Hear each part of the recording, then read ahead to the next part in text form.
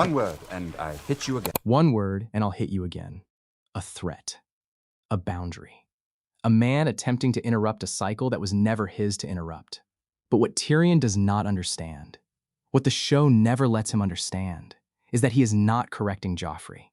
He is fighting Cersei's entire architecture of survival, and he cannot win a war where the enemy is not cruelty. The enemy is fear. One moment in this scene contains the bones of a generational curse running through the Lannister bloodline for 3 centuries. The books reveal it in whispers. The show buries it entirely. Stay until the end.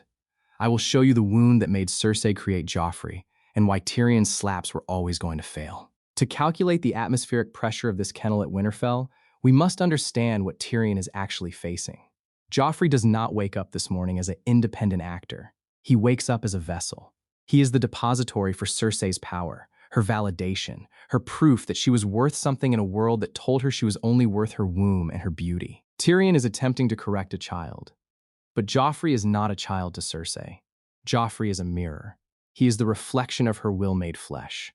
When Tyrion hits Joffrey, he is not teaching Joffrey about consequences. He is attacking Cersei's sense of self. And Cersei will not forgive that. She cannot. Because without Joffrey's absolute obedience to her, she has nothing. No power, no love, no proof that her life meant anything at all. Tyrion is about to learn that he is not the first Lannister to attempt to parent a child that was never his responsibility, and he will not be the last to fail. Better looking bitches than you're used to, Uncle.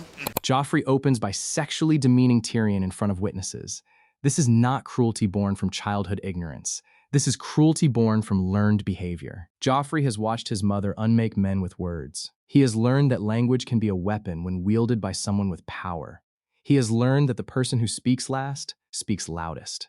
He has learned that humiliation in front of others is a tool, not a failure.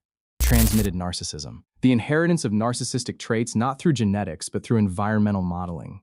A child learns to view others as objects to be dominated because the primary caregiver treated them that way. Joffrey is not inventing cruelty. Joffrey is repeating his mother's playbook. The insult itself mimics Cersei's exact strategy. Frame the attack as humor. Deny the hostility. Make the target seem oversensitive if they push back. Before you go, you will call on Lord and Lady Stark and offer your sympathies. Tyrion attempts to impose a rule. But notice the language he uses. Not a request, not a suggestion, but an instruction framed as necessity. It is expected of you. Tyrion is attempting to be the parent, but Tyrion does not have parental authority. Tyrion has only his position as uncle, a position Cersei has already begun to undermine. Tyrion does not know that the moment he gives this instruction, he has made an enemy, not of Joffrey, of Cersei. Because what Tyrion is actually saying is, your mother's parenting has failed. I am here to fix it. This will not be forgotten. What good will my sympathies do then? Joffrey's response reveals the architecture of his thinking. He asks, what good? A utilitarian calculation. But the question itself is imported directly from Cersei's internal monologue. Cersei has taught Joffrey to view all actions through a single lens. Does this serve me? Does this increase my power? Does this bring me closer to what I want? Empathy is not a value in this family system. Empathy is a liability. Parental weaponization? The process by which a caregiver uses a child as an instrument of the caregiver's own emotional needs. The child becomes an extension of the parent's will rather than a separate person. Joffrey does not pity Bran Stark because Cersei has never taught him that pity serves her interests.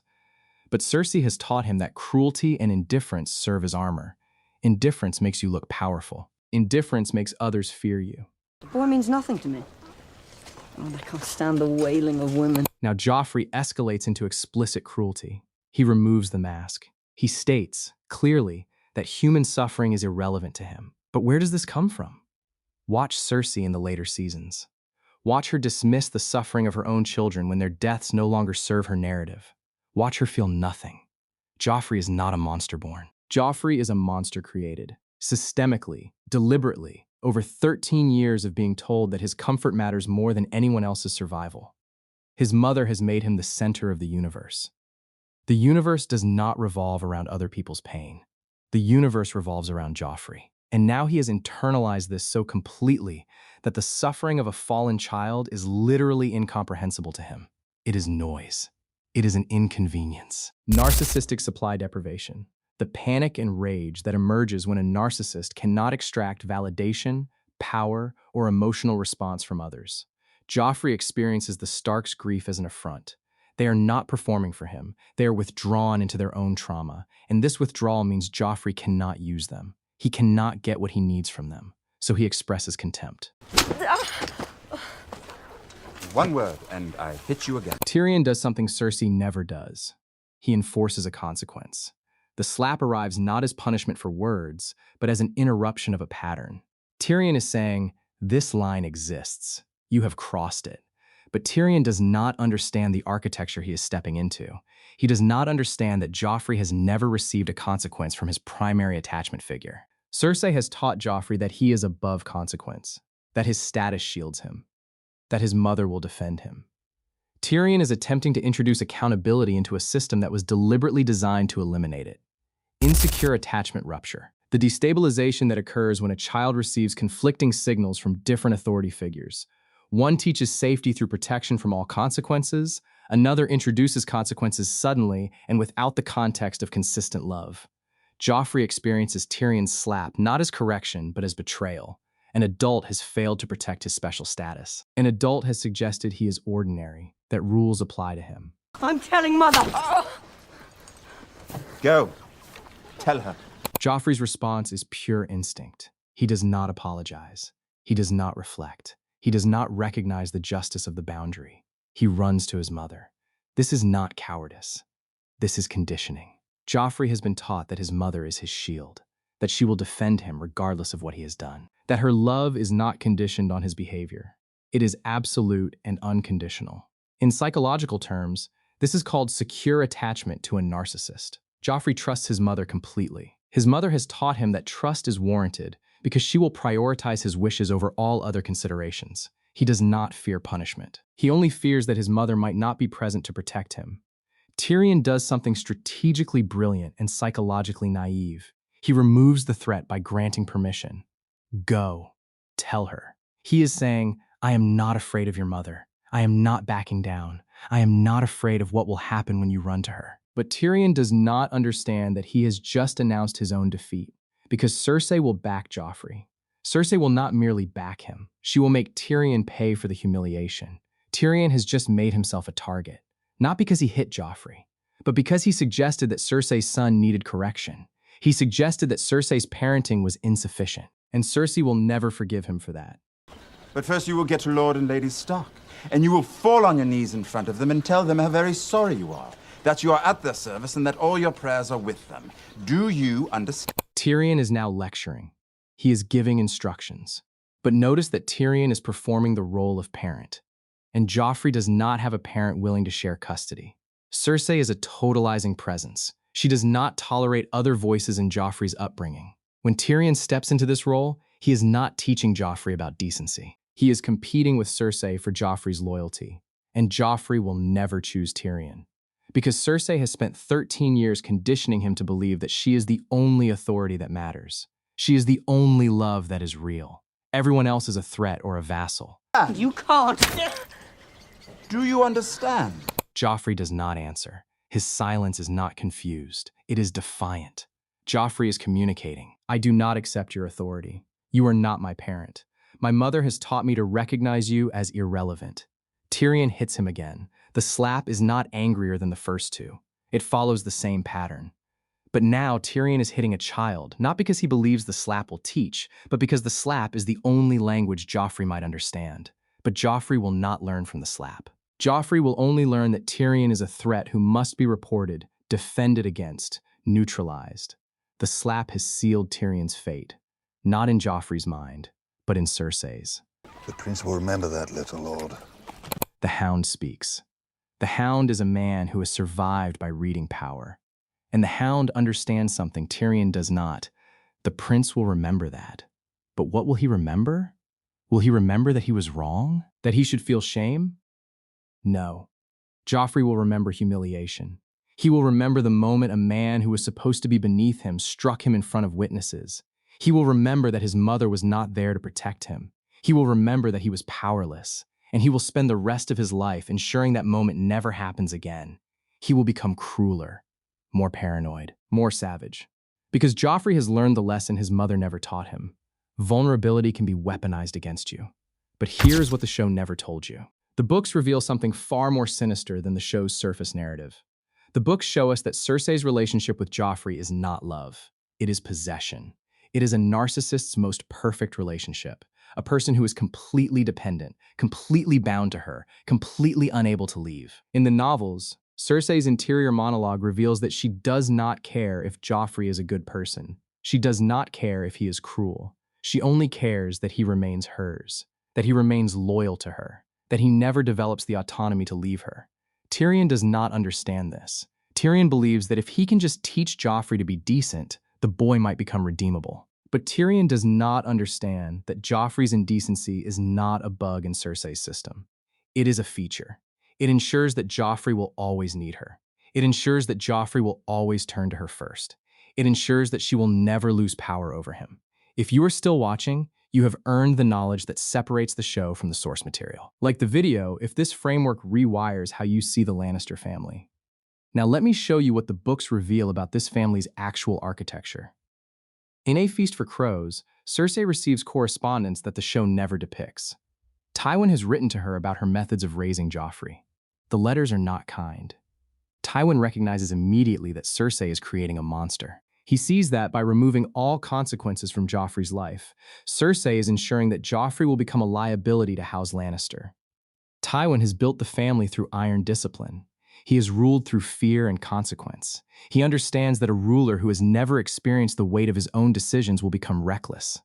Tywin advises Cersei to establish boundaries, to allow Joffrey to experience failure, to teach him that power comes with responsibility. Cersei ignores this advice, and in her interior monologues, we see why.